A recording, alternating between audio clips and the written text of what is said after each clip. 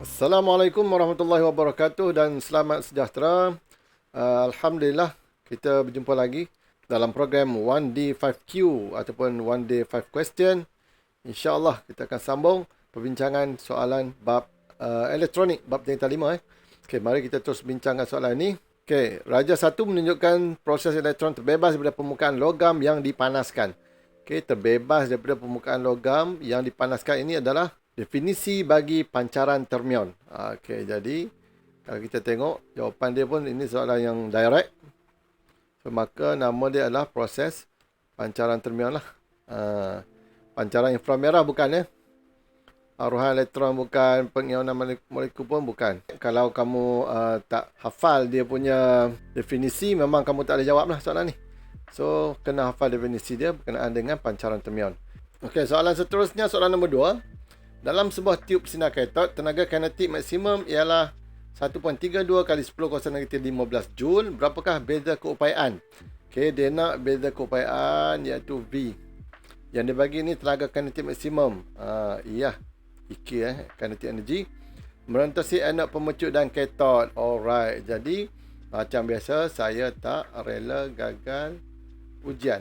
Senaraikan dulu apa yang dia bagi. Dia bagi ialah E. Ataupun E saja pun boleh, EK pun boleh, iaitu 1.32 kali dengan 10 kuasa negatif 15 Joule. Dia nak V.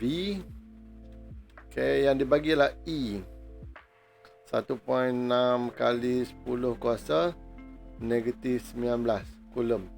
Dan dia bagi M sama dengan 9.10 kali 10 kuasa negatif 31 kg.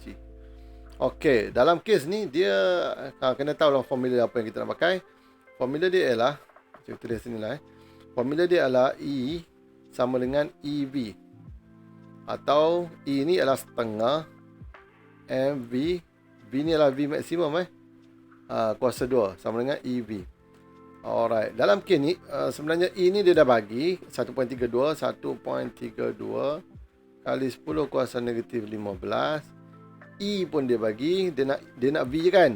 E ialah 1.6 kali 10 kuasa negatif 19 V. Okey, sekarang ni kita nak cari V lah. Bermaksud yang ni kita bawa pergi sana jadi bahagi. Okey, V sama dengan 1.32 kali 10 kuasa negatif 15 bahagikan dengan 1.6 kali 10 kuasa negatif 19. Maka kamu tekan kalkulator. Okay, sini cikgu nak tunjukkan sikit cara tekan kalkulator yang lebih cepat lagi. Mungkin kamu dah tahu, mungkin ada yang belum tahu. Okay, 1.32 eksponen. Ini adalah kali 10 kuasa berapa? Kuasa ni 5, kuasa negatif 15. So tekan negatif, tekan 15 bahagikan dengan 1.6 eksponen negatif 19. Okey, sama dengan 8250 volt. Maka kita akan dapat C. So jawapan kita adalah C lah. Seterusnya, okey, soalan 3. Raja 2 menunjukkan satu bayang terbentuk di atas skrin tube palang maltis. Bayang itu dipesongkan oleh magnet. Alright. Untuk elektron ni dia boleh dipesongkan oleh dua benda iaitu medan magnet dan juga medan elektrik. Kamu dah belajar benda ni. So, arah pesongan itu dapat ditentukan dengan menggunakan petua tangan kiri Fleming. Untuk petua tangan kanan, ini untuk arus aruhan. Okey. Maksud kita nak tahu mana arah arus aruhan, kita menggunakan petua tangan kanan Fleming. Kalau petua genggaman tangan kanan pula, kita nak tahu mana arah medan magnet yang berada di sekitar konduktor pembawa arus. Itu menggunakan genggaman tangan kanan. So jawapan dia adalah petua tangan kiri Fleming lah. Lagi satu clue untuk kalau kita belajar yang tajuk elektromagnet, untuk petua tangan kiri Fleming ni sekiranya dia ada bateri, ada sumber kuasa elektrik, bermaksud kalau kita gunakan tangan kiri, bermaksud kita dah ada medan magnet north ke south dan juga kita ada arah arus jari tengah ni.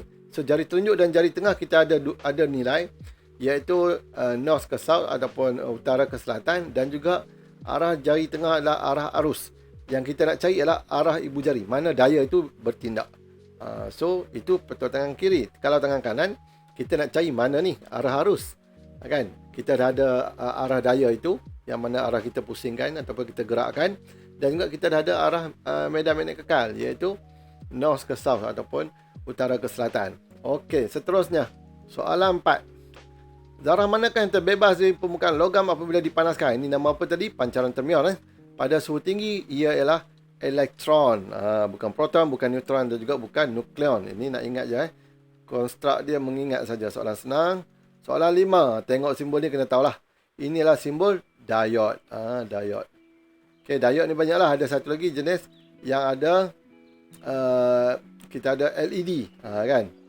LED ialah light emitting diode. Okey, ini diode. Okey, diode untuk mengubah arus ulang-alik kepada arus terus. Kan? Fungsi dia apa? Membenarkan arus mengalir dalam satu arah saja. Inilah nama dia diode. Okey. Kapasitor buat apa kapasitor? Okey, kapasitor ni, dia nama lain dia ialah pemuat yang mana dia juga boleh simpan cas. Simpan cas dan discharge. Alright, dia macam bateri sementara lah. Kita nama juga sebagai pemuat dalam bahasa Melayu, pemuat. Ataupun memang kalau ni kita tulis kapasitor jugalah. Perintang, kamu tahu lah perintang ni dia menghalang arus. Transistor kita dah belajar dia ada dua fungsi, iaitu amplifier arus dan juga satu lagi switch automatic. Okey. Ingatlah simbol dia macam mana? Kapasitor simbol dia macam ni. Kalau perintang biasanya dia buat macam ni. Okey, dan kalau transistor, transistor dia ada dua jenis je lah. Yang parking dengan no parking tu. Okey, kita ada CBE. Kalau anak panah dia keluar, maksud dia no parking. Maksud dia adalah NPN lah. Kalau satu lagi, masuk ke dalam anak panah dia, ini CBE juga. Maka ini adalah PNP. Sebab dia parking kan, masuk dalam kan. Anak panah. Kalau anak panah keluar, nama dia NPN. Okey, itu simbol-simbol lah. Okey, selesai untuk 5 soalan hari ini. Sampai jumpa lagi. Assalamualaikum warahmatullahi wabarakatuh. Bye-bye.